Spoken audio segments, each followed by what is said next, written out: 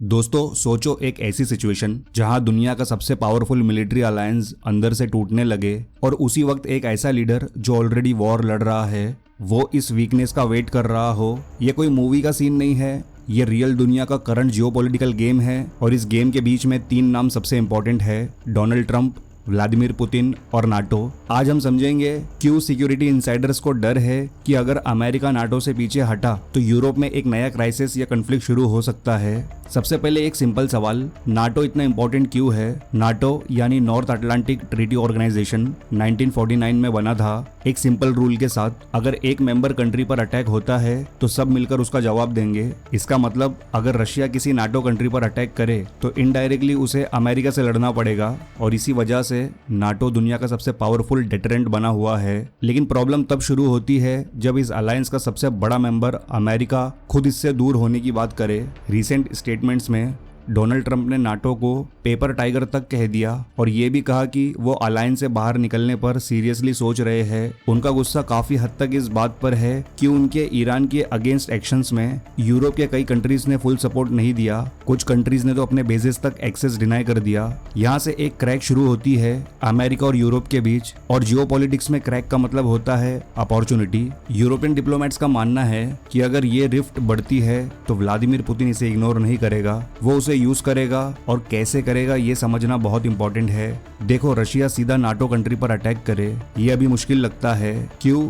क्योंकि रशिया की काफी मिलिट्री ऑलरेडी यूक्रेन वॉर में बिजी है। लेकिन इसका मतलब ये नहीं कि रशिया वीक है, बिल्कुल नहीं। रशिया ने अपनी स्ट्रेटेजी चेंज कर दी है। डायरेक्ट वॉर की बजाय अब फोकस है हाइब्रिड वॉरफेयर पर। हाइब्रिड वॉरफेयर का मतलब सिंपल है, वॉर बिना ऑफिशियली वॉर डिक्लेयर किए। इसमें साइबर अटैक्स होते हैं, फेक न्यूज स्प्रेड होती है, पॉलिटिकल सिस्टम को डिस्टर्ब किया जाता है और ये सब ऑलरेडी यूरोप में हो रहा है। कई यूरोपियन कंट्रीज ने ओपनली कहा है कि उनके सिस्टम्स पर कांस्टेंट साइबर अटैक्स हो रहे हैं। मतलब ये पीस टाइम नहीं है, ये एक साइलेंट वॉर है। अब यहाँ एक डेंजरस एंगल आता है। डिप्लोमेट्स का मानना है पुतिन एक विंडो ऑफ अपॉर्चुनिटी देख रहे हैं क्योंकि अमेरिका के अंदर ही पॉलिटिकल सिचुएशन अनस्टेबल है। अमेरिका में ट्रंप के खिलाफ लाखों लोग उतर आए हैं और काफी बड़े लेवल पे पूरे अमेरिका में प्रोटेस्ट चल रहे हैं। ट्रंप की अप्रूवल रेटिंग्स गिर रहे हैं और चांसेस है कि फ्यूचर इलेक्शंस में लीडरशिप चेंज हो। अगर 2028 में प्रो नाटो प्रेसिडेंट आता है तो रशिया के लिए सिचुएशन टफ हो सकती है। इसीलिए पुतिन के पास लिमिटेड टाइम है और इसी लिमिटेड टाइम में वो यूरोप में कोई क्राइसिस क्रिएट कर सकते हैं। अब आप सोच रहे होंगे कौन सा क्राइसिस, कहाँ, कैसे?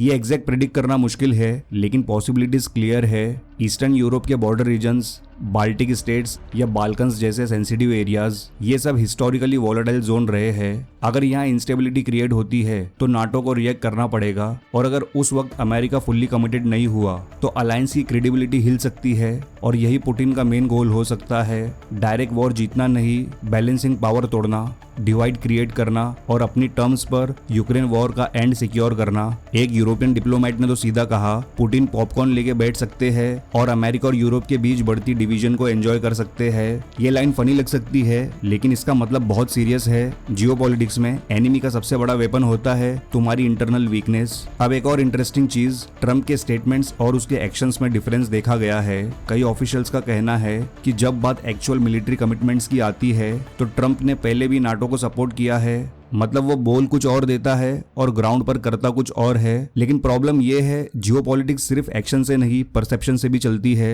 अगर लीडर्स ओपनली अलायंस को वीक बोलेंगे तो एनिमी का कॉन्फिडेंस बढ़ेगा ही। यूके के प्राइम मिनिस्टर केयर स्टारमर ने भी रिएक्ट किया। उन्होंने क्लियर कहा कि नाटो दुनिया का सबसे इफेक्टिव मिलिट्री अलायंस है और यूके उसके साथ फुल्ली कमिटेड है। लेकिन साथ ही एक सब्टल शिफ्ट भी दिख रहा है। यूके और यूरोप अब ये समझ रहे हैं कि उन्हें अमेरिका पर पूरी तरह डिपेंडेंट नहीं रहना चाहिए। मतलब यूरोप अपनी मिलिट्री स्ट्रेंथ बढ़ाने की तरफ जा रहा है। इसका एक एग्जांपल है स्ट्रेट ऑफ हॉर्मस सिचुएशन। यूके ने 35 कंट्रीज के साथ मीटिंग बुलाई ताकि ग्लोबल ऑयल सप्लाई रूट्स को सिक्योर किया जा सके। ये एक सिग्नल है कि यूरोप अब प्रोएक्टिव रोल लेना चाहता है, सिर्फ अमेरिका पर रिलाई नहीं करना चाहता। लेकिन यहाँ एक और लेयर है, अमेरिका के अंदर भी डिबेट चल रहा है। कुछ लीडर्स जैसे मार्को रूबियो अब ओपनली कह रहे हैं कि नाटो की वैल्यू को री एग्जामाइन करना चाहिए। इसका मतलब सिर्फ ट्रम्प का पर्सनल स्टैंड नहीं है, सिस्टम के अंदर भी क्वेश्चंस उठ रहे हैं। और अगर अमेरिका सीरियसली नाटो से पीछे हटने लगा तो सबसे बड़ा इम्पैक्ट होगा पावर बैलेंस पर।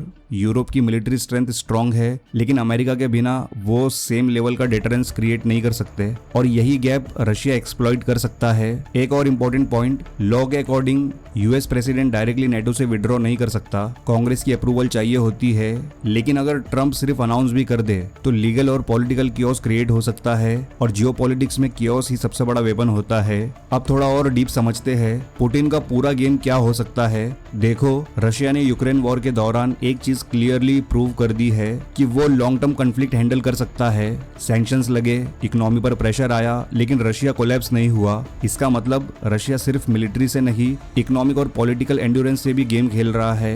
अब अगर यूरोप इंटरनली डिवाइड होता है तो रशिया को डायरेक्ट वॉर करने की जरूरत ही नहीं पड़ेगी, वो बस प्रेशर पॉइंट्स हिट करेगा, जैसे एनर्जी सप्लाई। यूरोप का एक बड़ा हिस्सा हिस्टोरिकली रशियन गैस पर डिपेंडेंट रहा है। अगर रशिया एनर्जी लेवरेज यूज करता है तो विंटर्स में यूरोप पर प्रेशर क्रिएट हो सकता है। दूसरा एंगल, इंटरनल पॉलिटिक्स। अगर यूरोपियन कंट्रीज के अंदर इंस्टेबिलिटी बढ़ती है, इलेक्शंस इन्फ्लुएंस होते हैं, पब्लिक ओपिनियन डिवाइड होता है, तो गवर्नमेंट्स वीक हो जाती है और वीक गवर्नमेंट्स स्ट्रॉन्ग डिसीजंस नहीं ले पाती।